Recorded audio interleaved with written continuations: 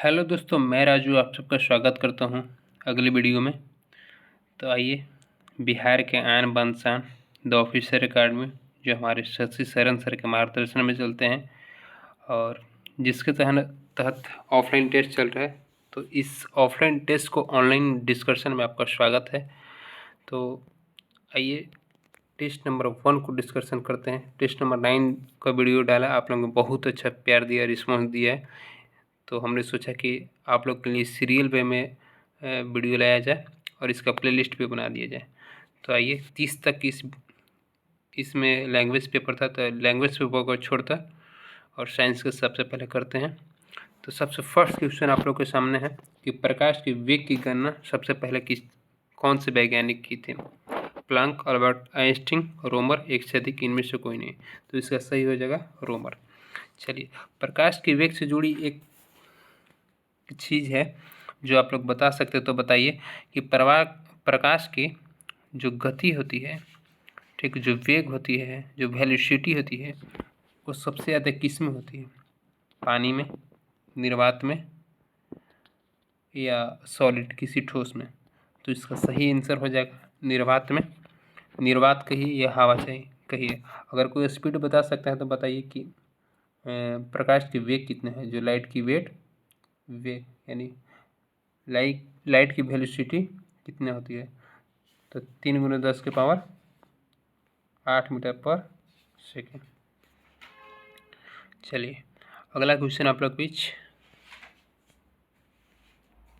कि न्यूटन के पहले गति,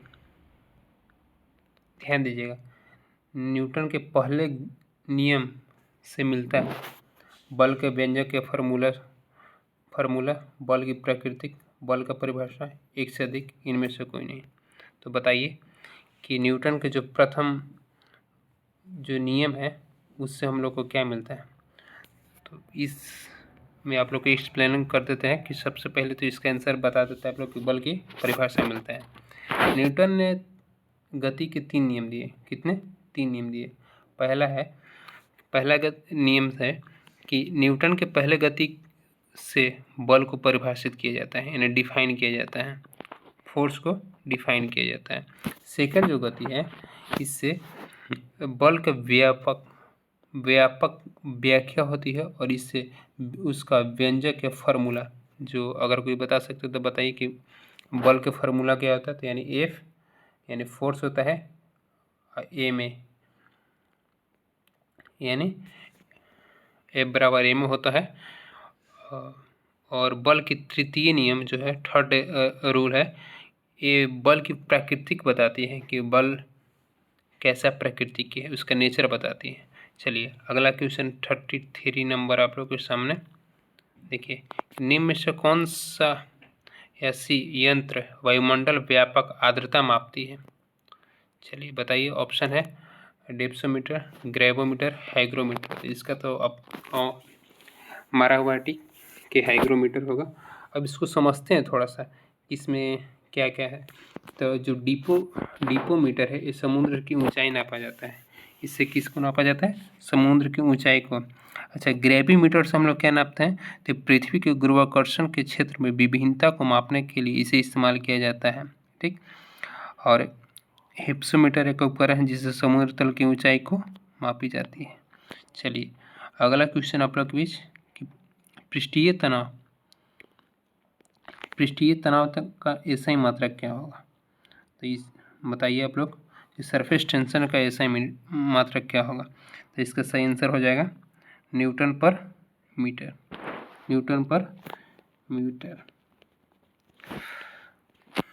चलिए और थोड़ा सा और बता सकते हैं, तो वर्षा की बूंद गोलाकार क्यों होता है? अगर थोड़ा सा बता सकते हो तो बताइए, वर्षा का बूंद गोलाकार क्यों होता है? तो पृष्ठीय तनाव के कारण, सरफेस टेंशन के कारण। चलिए अगला क्वेश्चन आप लोग कि सबसे ज़्यादा इलास्टिक कौन होता है? ये देखिए, ये जब हम लोग के सामने एक क्वेश्चन आया तो हम लोग भी कन्फ्यूजन में हो गए। देखिए ऑप्शन ए नहीं, ऑप्शन ए है रबड़, थोड़ा सा उस पर पेन चला गया है, रबड़ है, सेकंड है स्टील और थर्ड है शीशा।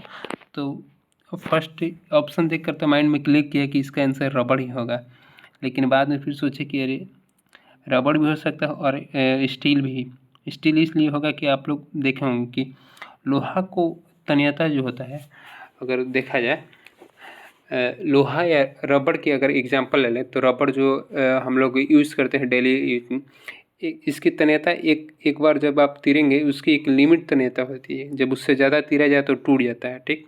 लेकिन एक स्टील होगा, स्टील को देखिए कि चाहे उसको कितना बार भी पीटिए और जैसे आकार में उसको ढालिए उसको पीट कर ढल जाता है, इसकी तन्यता इलास्टिसिटी ज़्यादा होती है। तो इसका आंसर क्या होगा?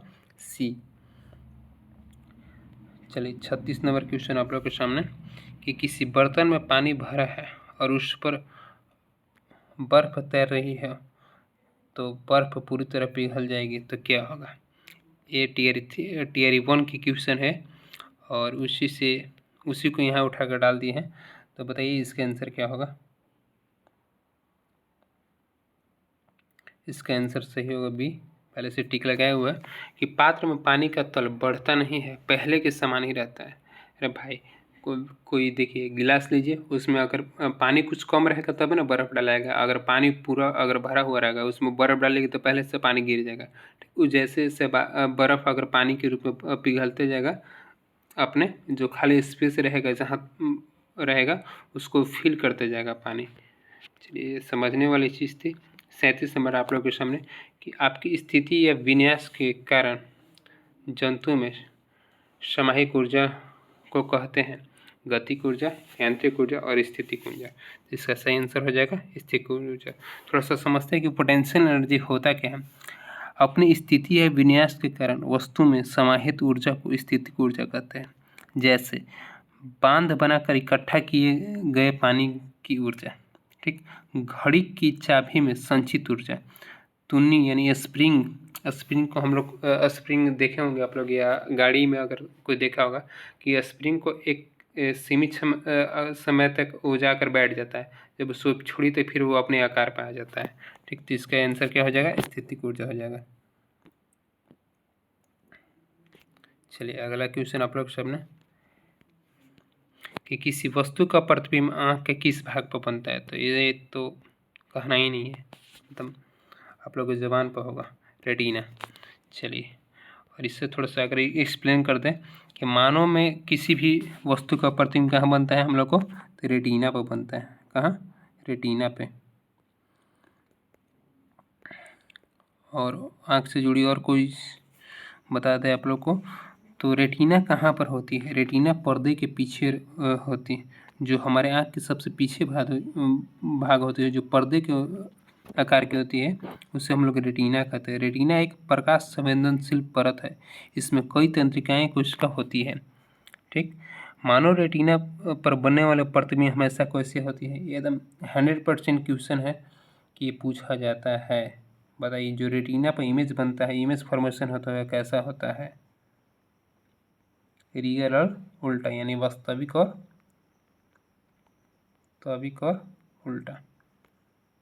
चलिए, करें कि पहाड़ों पर खाना बनाने में कठिनाई होती है, क्यों होती है भाई कठिनाई? तो इसका तो आंसर मारा हुआ है। चलिए, मेरा सही था इसमें, इसका ऑप्शन बी होगा। कहता है कि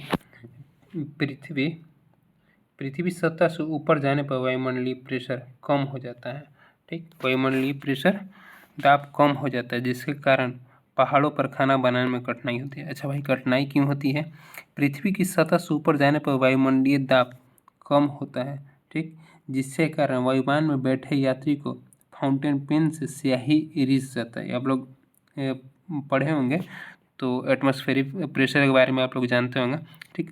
कुछ और अगर एग्जांपल बता दें तो प्रेशर कुकर में जल्दी खाना बन जाता है, क्यों? तो एटमॉस्फेरिक प्रेशर ज़्यादा लगता है, क्योंकि ढक्कन के कारण दाब बढ़ जाता है, जिसके कारण बॉइलिंग पॉइंट यानी क्वथनांक बढ़ जाता है, ठीक। अच्छा, एक चीज़ और बता सकते हैं कि जो वायुमंडल दाब होता है, जो वायुमंडलीय प्रेशर होता है, वायुमंडलीय प्रेशर जो होता है, इसको नापने के लिए कौन से यंत्र का उपयोग किया जाता है? तो बैरोमीटर। कौन से? बैरोमीटर। चलिए अगला क्वेश्चन आप लोगों के सामने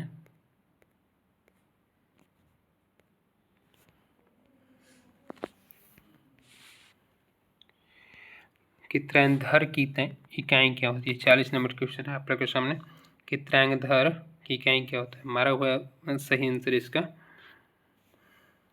नहीं। देखिए फर्स्ट ऑप्शन आप लोग के सामने है टेस्ला और सेकंड है हर्ट्ज और आते हैं और थर्ड है एंगस्टन और डी है एक से अधिक और इनमें से कोई नहीं। तो इसका सही आंसर क्या होगा एंगस्टन। हमने मार दिया था तरंग शायद इसके नीचे क्या कौन था ऑप्शन, हमने बी मार दिया था जो गलत हो गया था।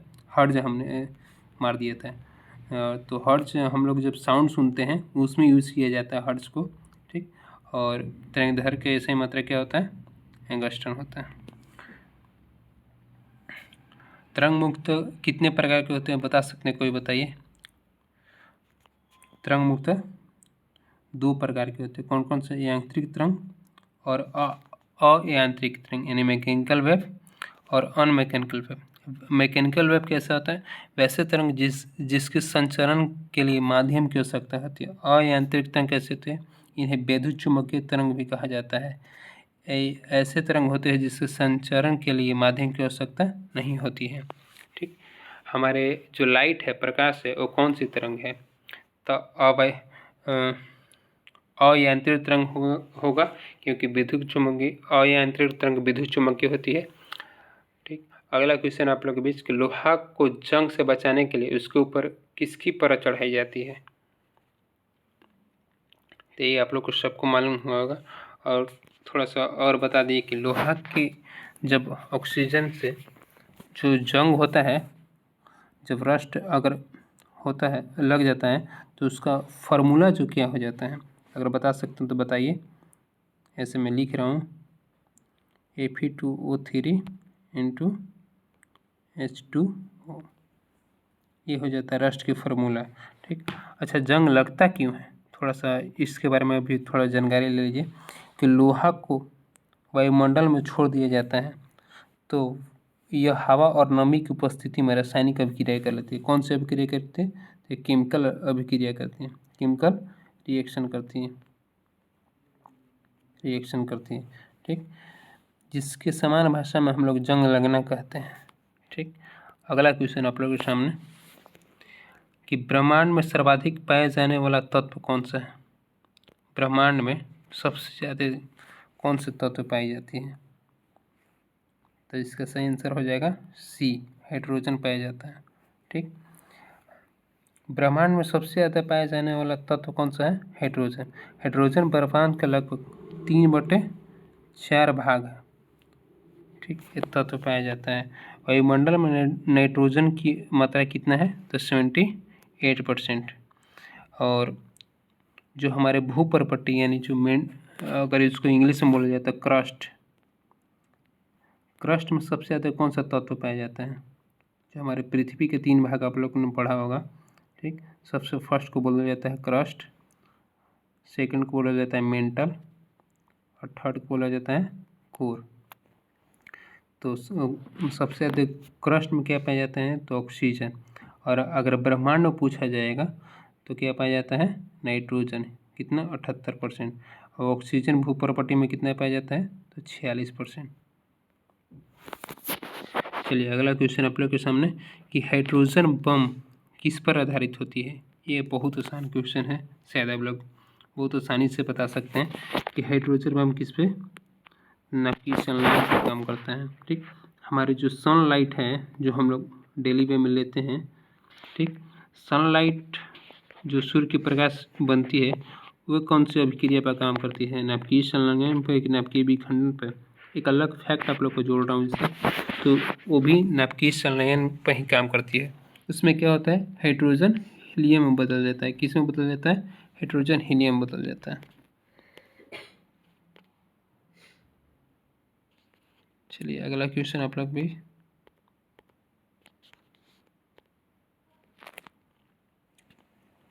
एल्कीन के समान सूत्र क्या होगा।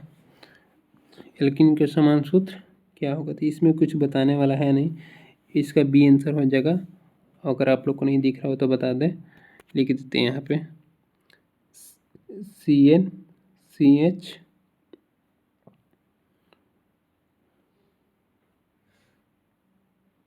2n, एल्कीन के समान सूत्र है।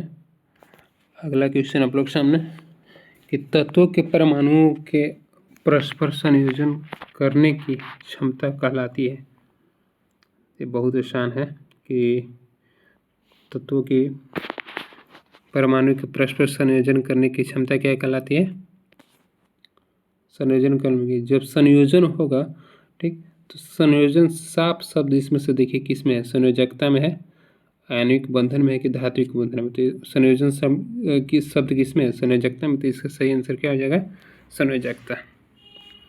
चलिए आप लोग को अगला क्वेश्चन, निम्न से कौन सा पादप युग्म में उभयलिंग पुष्प होते हैं? सरसों तथा तरबूज, गुड़हल तथा सरसों, गुड़हल तथा तरबूज, एक से अधिक। तो इसका सही आंसर बताइए आप लोग। इसका सही आंसर हो जाएगा ए, सरसों तथा तरबूज। उभयलिंग अच्छा कहते कैसे हैं? ये ऐसे पौधे होते हैं जिसमें नर और मादा जनन अंग एक ही पौधे में पाए जाते हैं, उसे उभयलिंग कहा जाता है। उभयलिंग पुष्प इसमें पूछ रहा है ना, इसमें मेल और फीमेल जो XY जो पढ़े होंगे कि मानव की कितनी जोड़ी सूत्र होती है? तो 23 जोड़ी। ठीक, टोटल संख्या कितनी होती है? 46।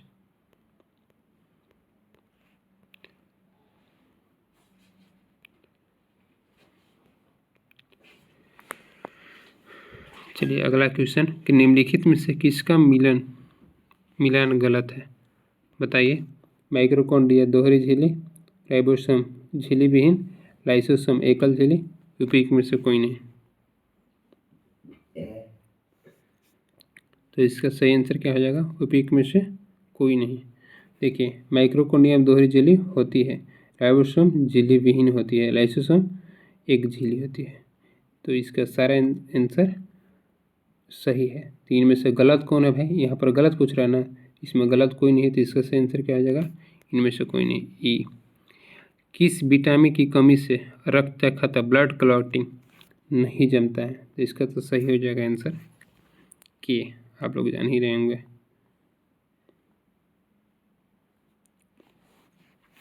अच्छा, विटामिन के से जुड़े अगर कुछ और पूछें तो विटामिन के की कमी से रक्त की थक्का नहीं जमती है। तो है विटामिन के की कमी से कौन सी रोग होती है? ये बताइए थोड़ा सा। तो हीमोफीलिया। कौन सा? हीमोफीलिया। चलिए अगला क्वेश्चन आप लोग बीच कि जठर रस का pH मान कितना होता है? तो जठर रस का pH मान 1.5 से लेके 3.5 तक होता है। तो इसमें अगर ऑप्शन देखिएगा आप लोग तो 2 दिया हुआ है, 5 दिया है और 6 दिया है। तो सबसे कम में कौन है? 1 to 5 और 3.5 के बीच में कौन आने वाला है? 2। तो इसका सही आंसर क्या होगा? 2। आगे कि न्यूक्लियस के बाहर DNA मिलता है, कहाँ पर मिलता है भाई DNA? और न्यूक्लियस के बाहर कहाँ पर, किस जगह पर मिलता है? और बताइए आप लोग। तो इसका सही आंसर हो जाएगा माइक्रोकॉन्ड्रिया में। माइक्रोकॉन्ड्रिया को हम कोश का घर कहते हैं, यानी पावर हाउस ऑफ सेल है। क्या बोलते हैं? सेल। ठीक। अच्छा, DNA का फुल फॉर्म कोई बता सकता है तो बताइए। DNA का full form dioxy ribose sugar. ठीक, इसमें एडेनिन, थाइमिन, ग्वानिन और साइटोकिनिन नामक क्षार पाए जाते हैं। ठीक, DNA में कैसा हेलिक्स होता है? तो डबल हेलिक्स होता है। कैसा होता है? डबल हेलिक्स होता है।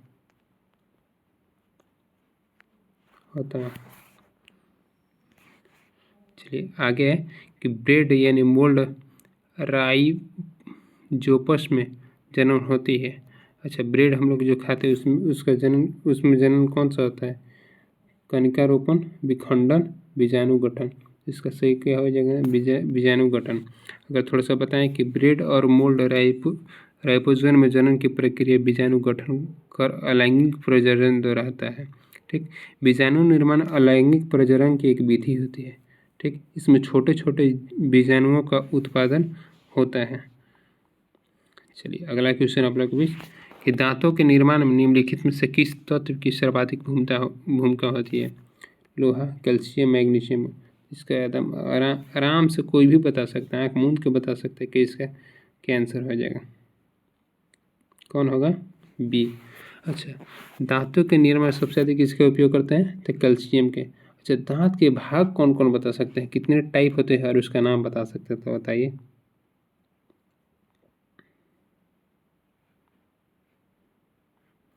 दांत कितने प्रकार के होते हैं? 4। कितने प्रकार के? 4। कौन कौन?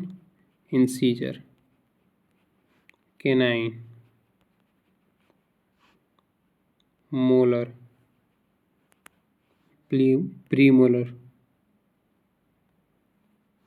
ठीक। अगर इसकी संख्या, अगर हम वयस्क मनुष्य की संख्या पूछे कि वयस्क मनुष्य की जो दांतों की संख्या कितनी है? 32। अच्छा, हम लोग के पूरे जीवन काल में कितनी बार दांत आती है? तो 3 बार आती है। ठीक। कौन कौन? ये जो फर्स्ट बार आती है, जो सारा दांत टूट जाता है उसे दूधिया दांत कहते हैं। जो सेकंड दांत आती है जो यंग एज में आती है। ठीक। और एक जो विजडम टीथ कहा जाता है वो लेट से आती है। किसी किसी को हार्मोनिक एक्सचेंजल के कारण होता है, किसी किसी को 30 साल में आ जाता है, किसी किसी को 17 साल में आ जाता है। ठीक। मेरा तो दांत आ गया भाई, मेरा तो उम्र जब 22 हो गया था तब यहीं आ गया था। चलिए यहाँ से मॉडर्न हिस्ट्री स्टार्ट होता है, तो मॉडर्न हिस्ट्री इस वीडियो के बाद देखेंगे। आज के जुड़ने के लिए बहुत बहुत धन्यवाद, और ज़्यादा से ज़्यादा वीडियो को शेयर करें। ऐसे ही जो भी गलत हो, छोटा या बड़ा, आप लोग कमेंट के जरिए बताया कीजिए, और इसका PDF कोशिश करते हैं देने के लिए। चलिए, थैंक्स।